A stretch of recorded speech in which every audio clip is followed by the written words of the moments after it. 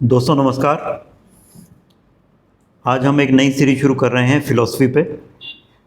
जो हमारी series development and growth पे चल रही है उसमें ज़्यादा साइकोलॉजी के कॉन्सेप्ट रहेंगे, लेकिन ये सीरीज़ साथ में चलेगी जिसमें हम अलग अलग फ़िलोसफर्स के काम को देखेंगे। क्योंकि मेरा मानना है कि फ़िलॉसफ़ी बहुत अच्छा कॉम्प्लीमेंट करती है साइकोलॉजी को।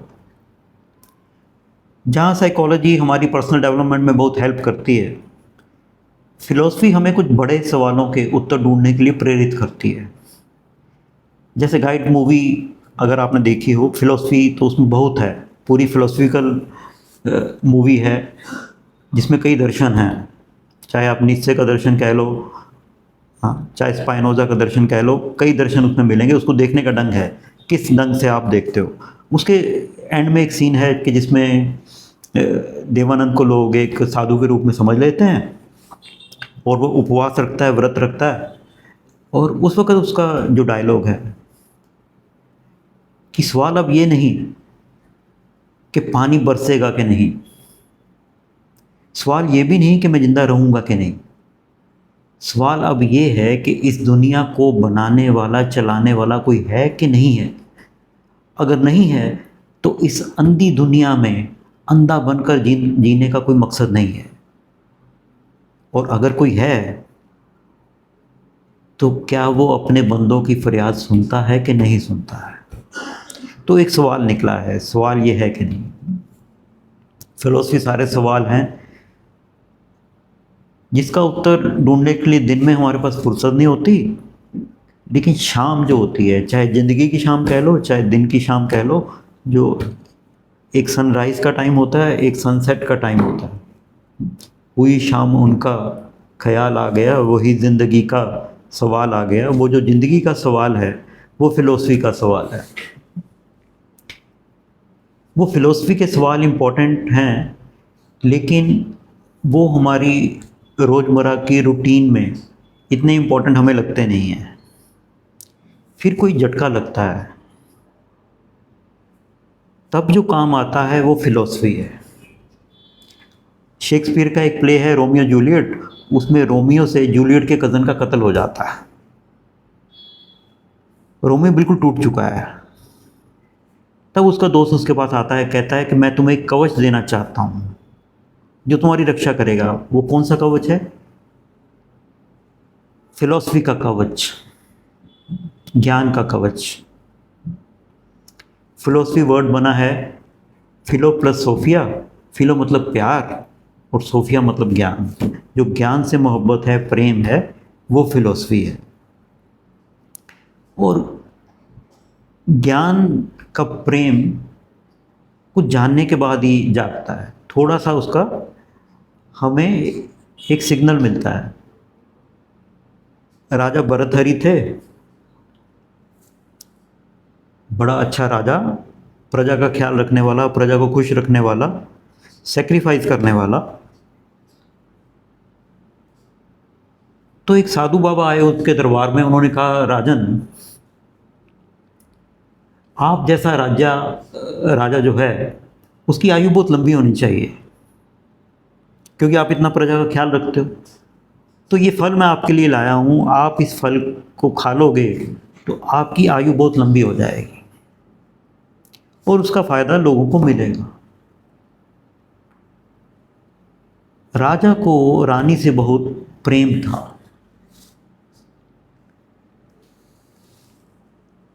तो राजा सोचता है कि रानी के बिना तो मेरा जीवन कुछ है नहीं। तो राजा रानी को कहता है कि ये फल तुम खा लो, इससे तुम्हारी आयु बड़ी हो जाएगी। अब रानी उस फल को उस समय खाती नहीं है। रानी को एक सैनिक से प्यार था, तो रानी वो फल सैनिक को दे देती है। अब सैनिक को राज्य की एक नृत्यांगना से प्यार था, तो वो उस नाचने वाली को वो फल दे देता है। तो होता होता जब वो फल उसके पास पहुंचता है तो वो सोचती है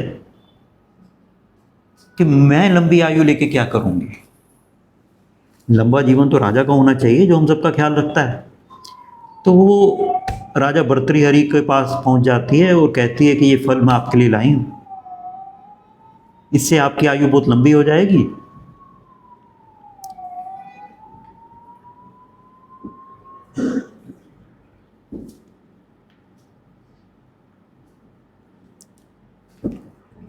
राजा कहते तुम्हें ये फल कैसे पहुंचा? तो वो बताती है मेरे को सैनिक ने दिया। तो राजा पूरी इन्वेस्टिगेशन करके पता लगाता है कि ये फल उसकी पत्नी के थ्रू सैनिक के पास पहुंचा था। बहुत बड़ा झटका लगता है, वैराग्य हो जाता है।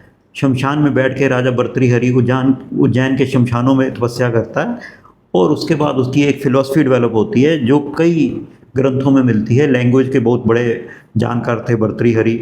श्रृंगार शतक उन्होंने लिखा, नीति शतक उन्होंने लिखा। तो बहुत फ़िलॉसफीज़ उनकी डेवलप हुई।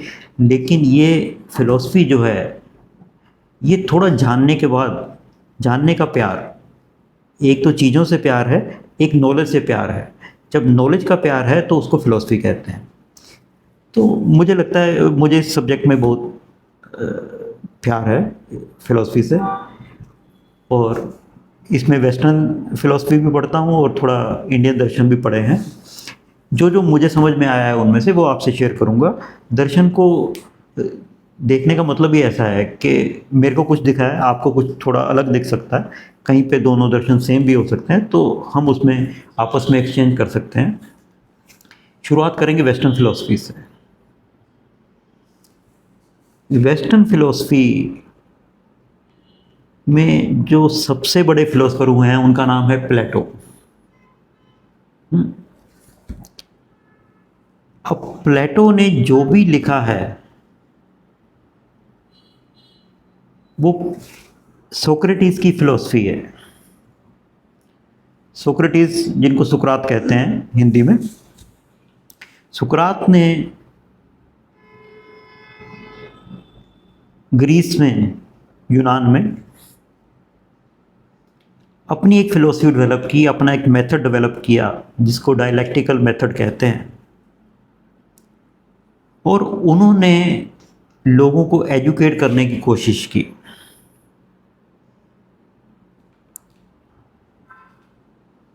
उनकी जो एजुकेशन का तरीका था उससे काफ़ी लोग जो ऊंचे पदों पे थे वो थोड़े, उन्होंने असुरक्षित महसूस करना शुरू कर दिया, क्योंकि उनको लगता था यार जनता के पास थोड़ी लिमिटेड नॉलेज ही ठीक है, अगर इनकी नॉलेज बढ़ गई तो ये क्वेश्चन करेंगे। और सोक्रेटिस सबको क्वेश्चन करना सिखा रहा था।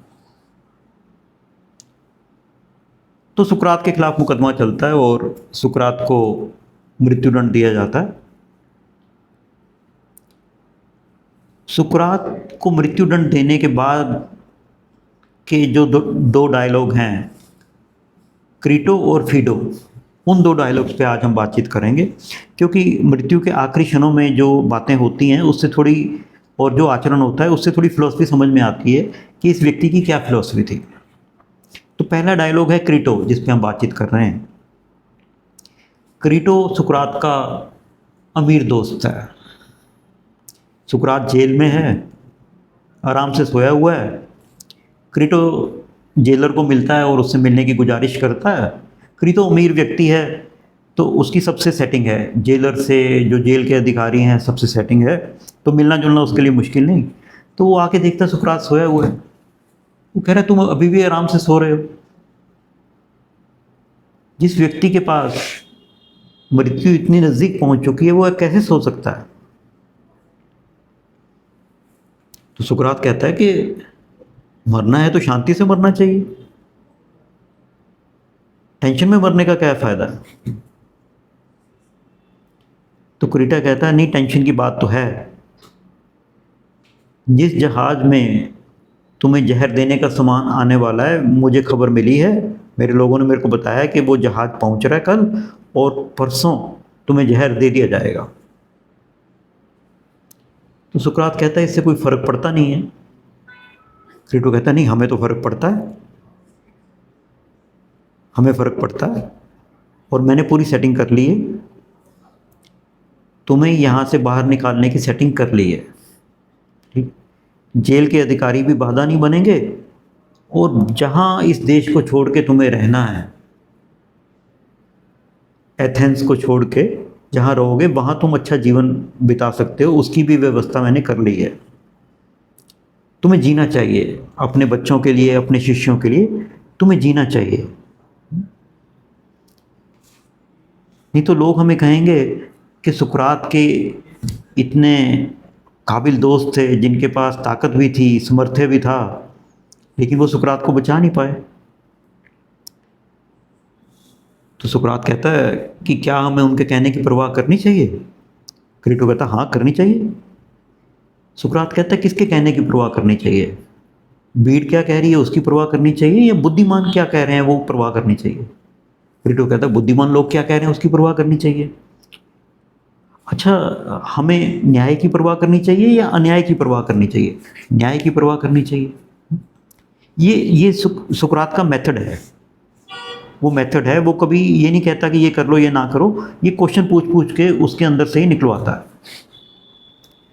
तो न्याय की परवाह करनी चाहिए, तो मैं भागूंगा तो वो अन्याय नहीं होगा? तो प्लेटो कहता है लेकिन तुम्हारे साथ भी तो अन्याय हुआ है।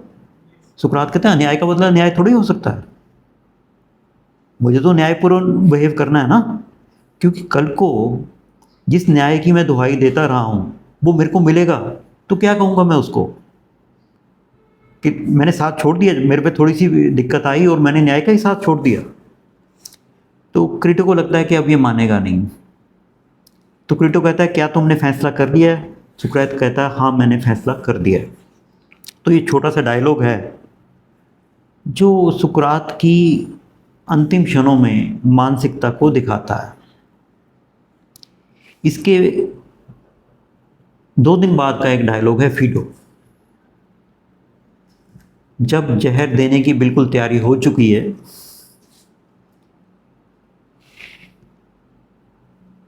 उस डायलॉग में फीडो अपने दोस्त को कुछ बता रहा है।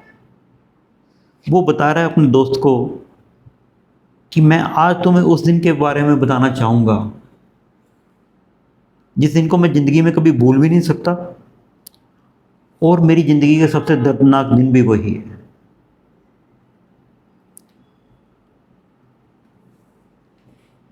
तो वो बताता है कि सुकरात आत्मा की अमरता पे प्रवचन दे रहा है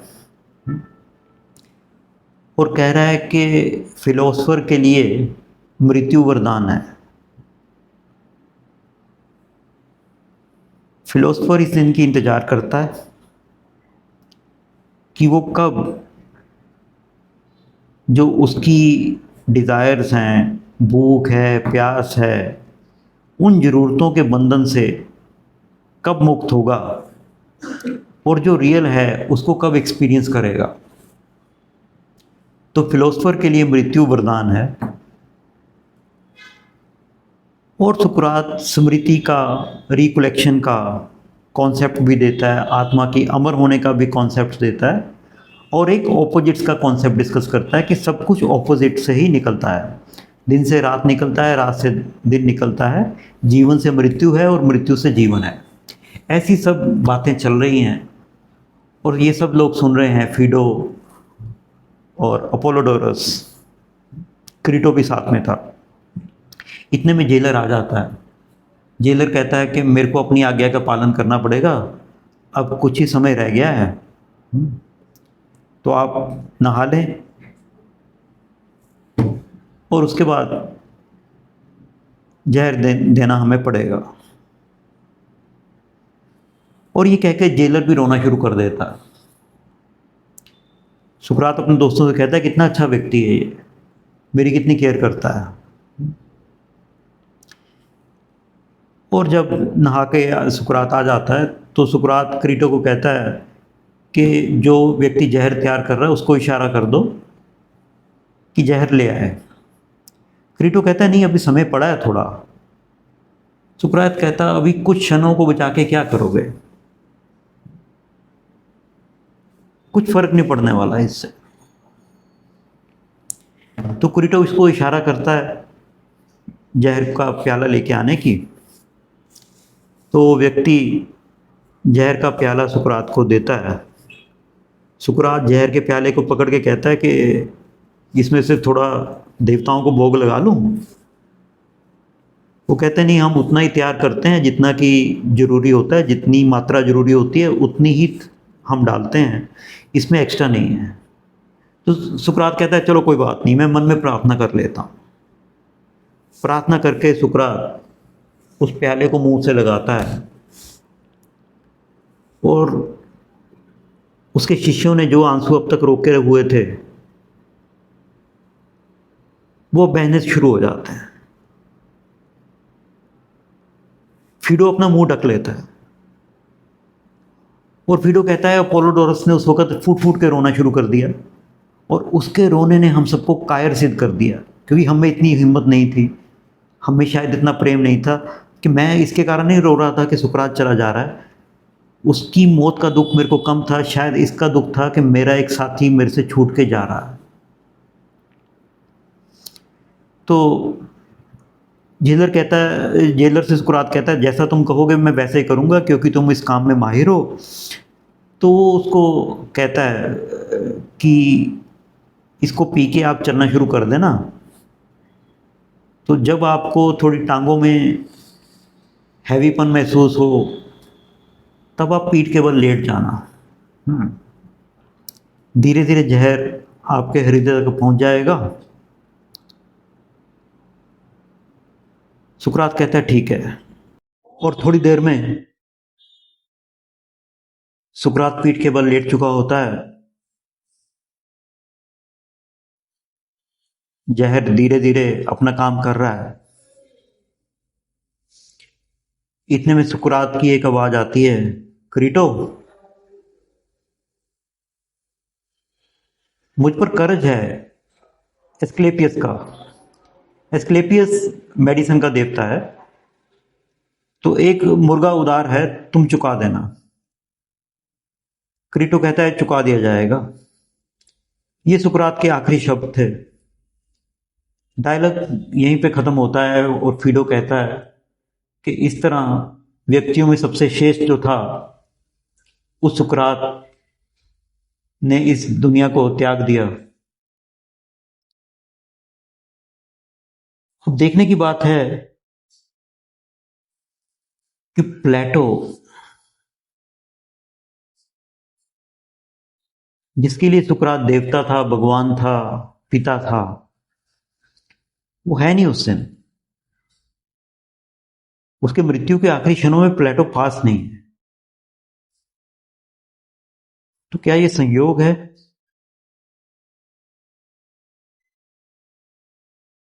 मुझे निदा फाजली साहब की एक नज़म याद आती है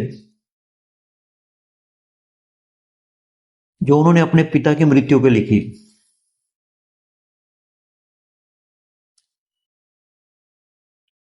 कि तुम्हारी कब्र पर मैं फातिया पढ़ने नहीं आया,